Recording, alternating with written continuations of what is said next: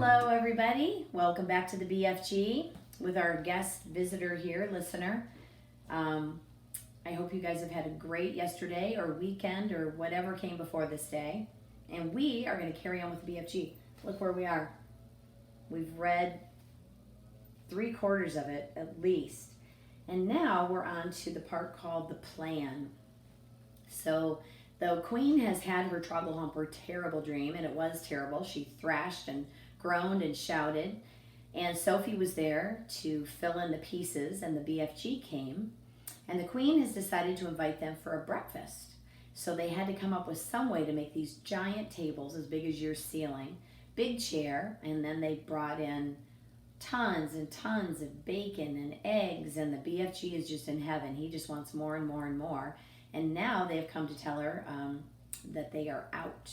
So if we back up a little bit from yesterday, it says, let's start back here. Only my uncle, Caliph Harun Rashid, said the Sultan. He disappeared from his bed 3 nights ago, together with his wife and 10 children.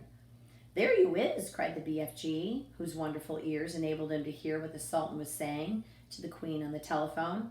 Flesh Lump Eater did that one. He went off to Baghdad and Mum and all the little kiddies. The queen replaced the receiver.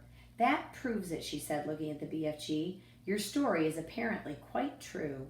Summon the head of the army and the head of the Air Force immediately. And then this chapter is called The Plan. The head of the army and the head of the Air Force stood at attention beside the queen's breakfast table. Sophie was still in her seat, and the BFG was still high up on his crazy perch. It took the queen only 5 minutes to explain the situation to the military men. I knew there was something like this going on, Your Majesty, the head of the army said. For the last 10 years, we've been getting reports from nearly every country in the world about people disappearing mysteriously in the night. We had one the other day from Panama. Oh, that is for the Hattie taste, said the BFG. And one from Wellington in New Zealand, said the head of the army. For the booty flavor, said BFG. What is he talking about, said the head of the Air Force. Work it out for yourself, the queen said. What time is it? 10 a.m.? In 8 hours, those 9 bloodthirsty brutes will be galloping off to guzzle up another dozen unfortunate wretches. They have to be stopped. We must act fast. We'll bomb the blighters, shouted the head of the Air Force. We'll mow them down with machine guns, cried the head of the army. Well, I do not approve of murder, the queen said. But they're murderers themselves, said the head of the army. Well, that is no reason that we should follow their example, said the queen. 2 wrongs don't make a right. And 2 rights do not make a left, said the BFG. We must bring them back alive, the queen said. How? Said the 2 military men together. They're 50 feet high. They'd knock us down like 9 pins. Wait, cried the BFG. Hold your horseflies. Keep your skirts on. I think I has an answer in the maiden's hair. Let him speak, said the queen. Every afternoon, the BFG said, all the giants is going to the land of Noddy.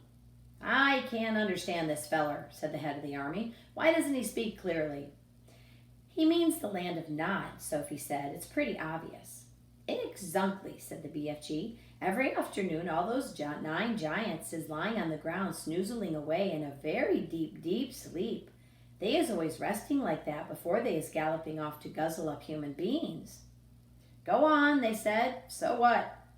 So, what you soldiers has to do is to creep up on the giants while they is in the land of Noddy and tie their arms and legs with mighty ropes and wonking chains. Oh, that's brilliant, said the queen. That's all very well, said the head of the army, but how are we going to get the brutes back here? We can't load 50-foot giants onto trucks. Shoot 'em on the spot, that's what I say.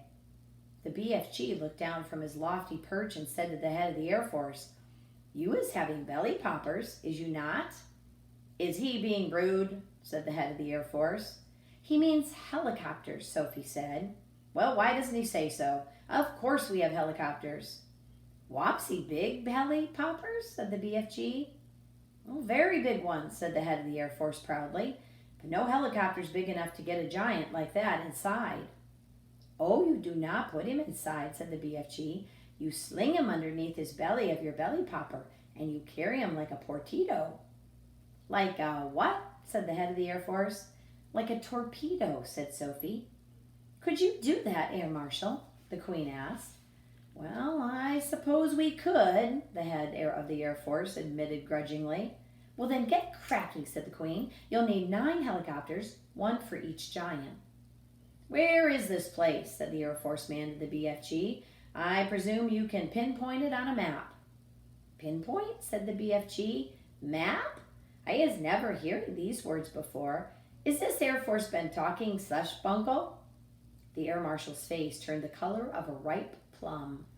He's not used to being told, and he talks in slush bungle. The Queen, with her usual admirable tact and good sense, came to the rescue. "BFG," she said, "can you tell us more or less where Giant Country is?" "No, Magister," said the BFG, "not on my Nelly." "Well, then we're jiggered," said the Army General. "This is ridiculous," cried the Air Marshal. "You must not be giving up so easy," the BFG said calmly. "The first titchy bobblestickle you meet, and you begin shouting all pig squiffle."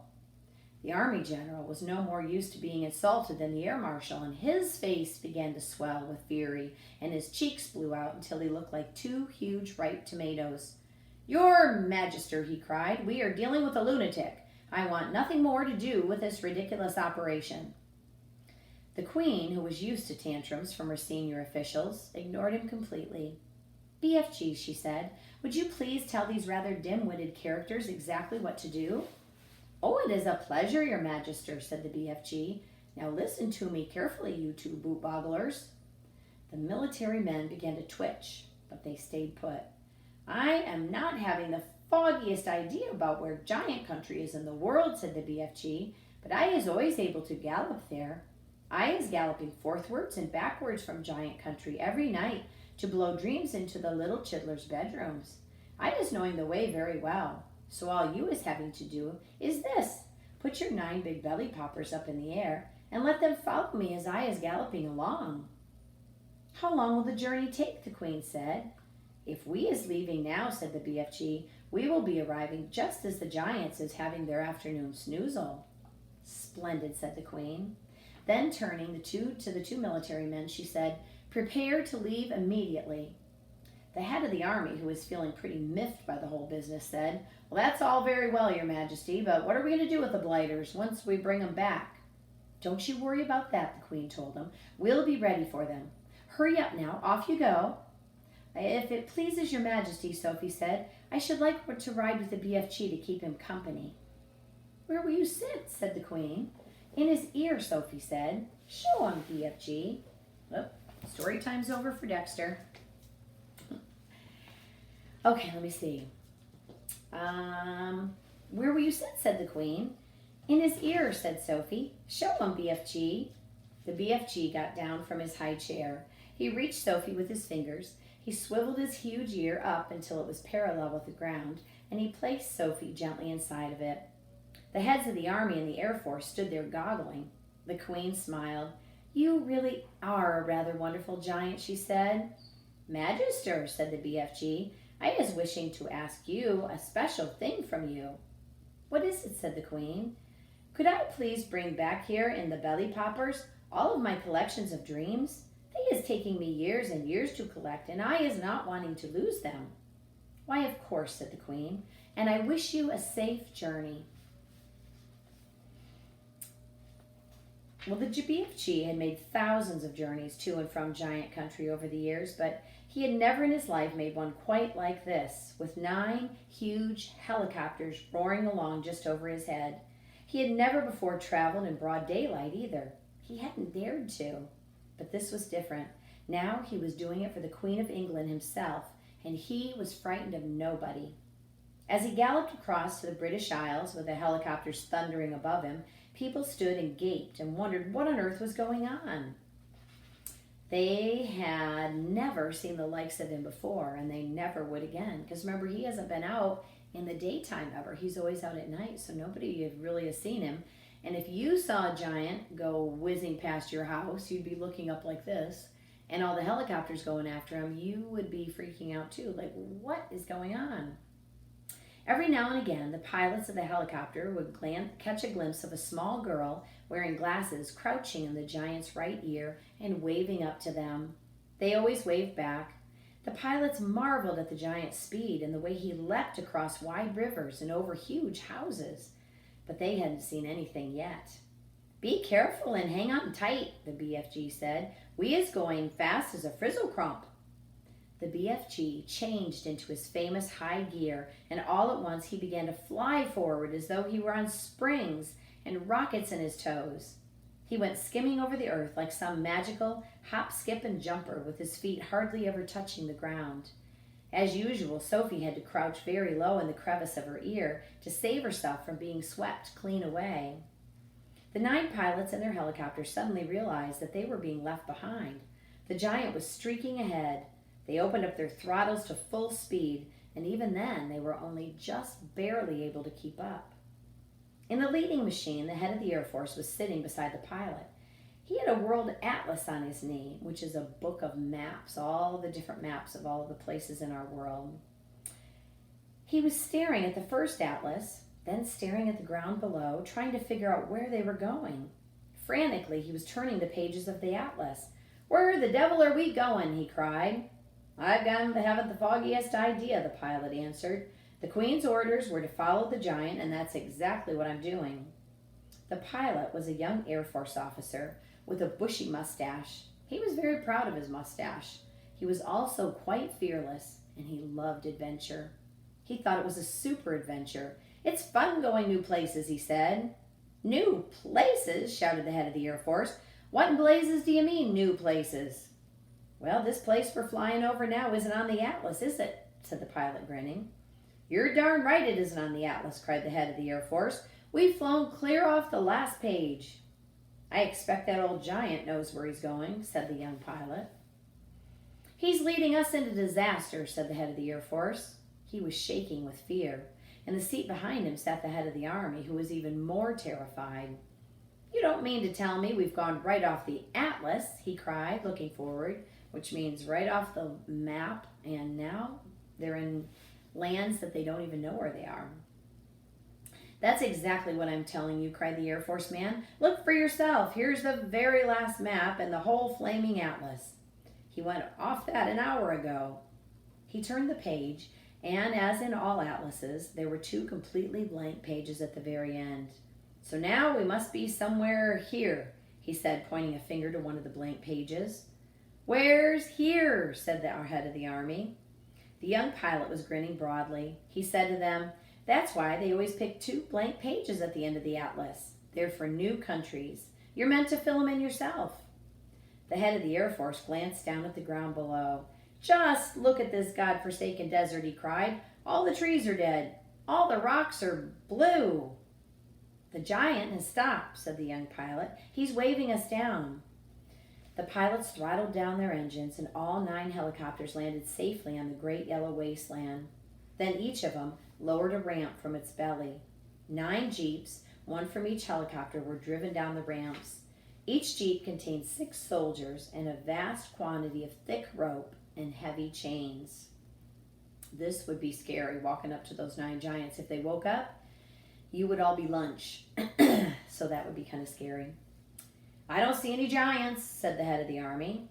"Oh, the giants is just out of sight over there," the BFG told him. "But if you is taking these sloshbuckling, noisy belly poppers any closer, the giants is waking up, and then pop goes the weasel." "So you want us to proceed by jeep?" said the head of the Army.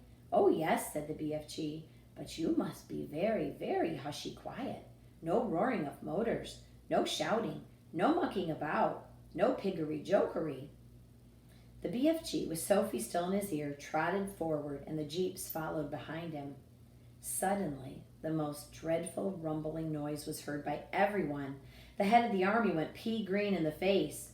"Those are guns," he cried. "There's a battle raging somewhere up ahead of us. Turn back, the lot of you. Let's get out of here."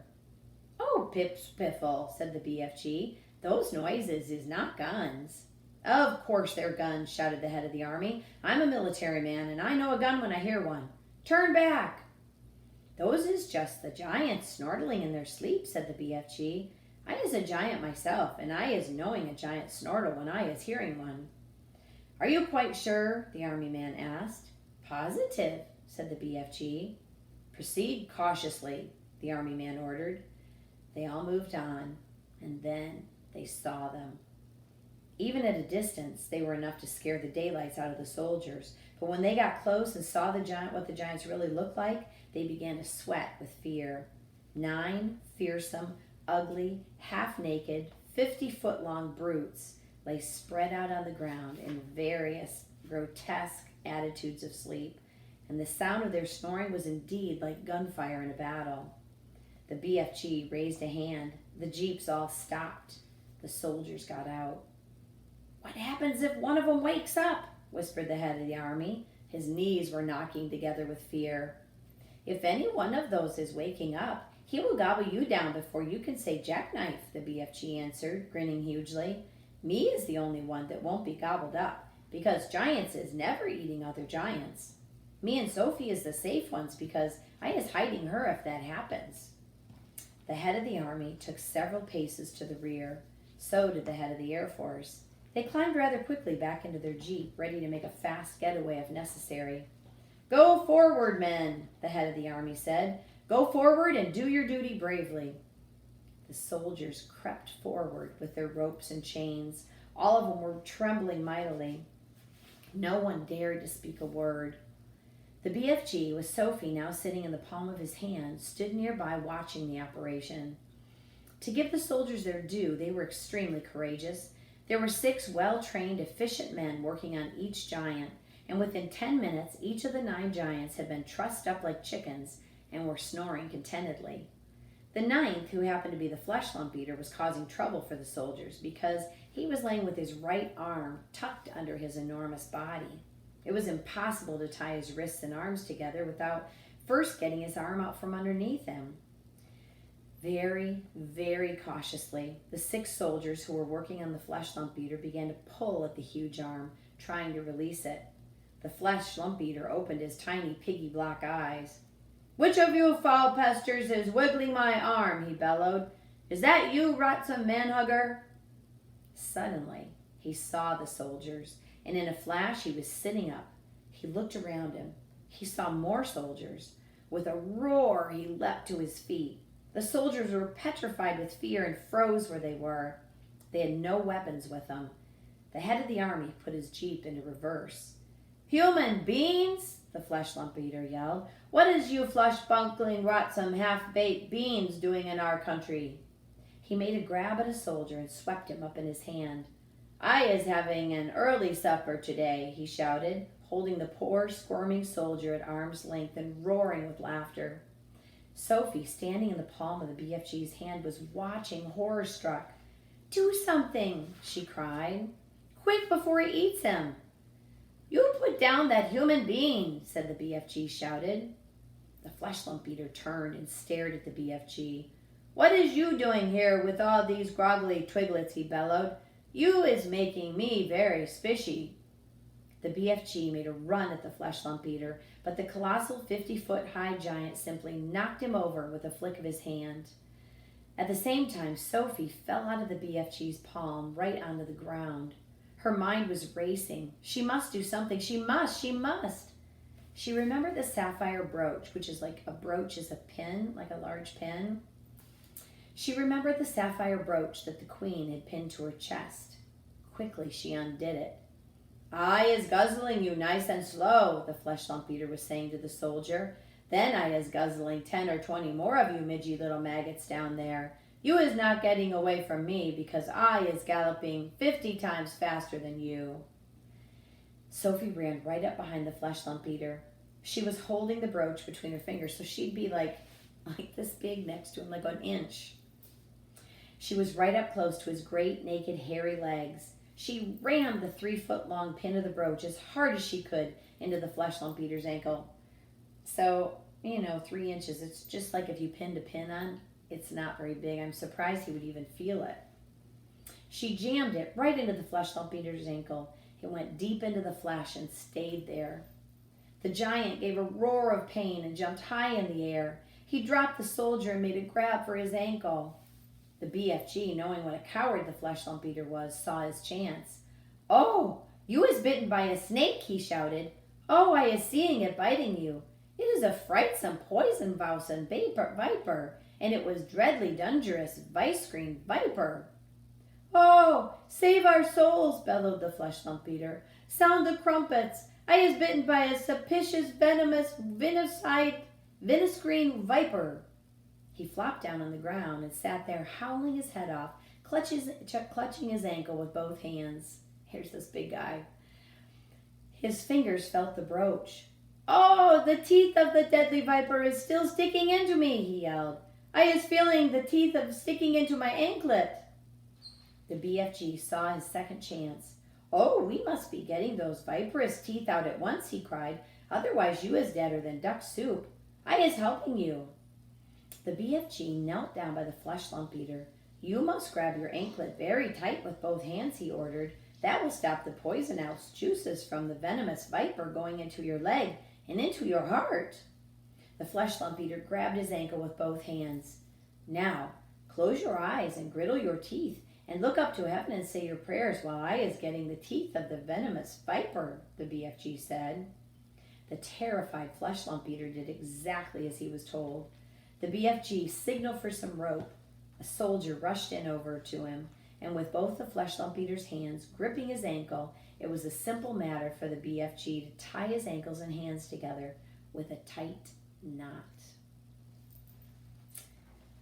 So that's where we're stopping today. Eek! That's a real cliffhanger. So he got him to reach down and put both his hands around his ankles, so his hands and ankles are together. And while he's praying and crying and wailing, they had the soldiers come up and wrap his ankles and hands together so they'll all be down there and he'll be trussed up.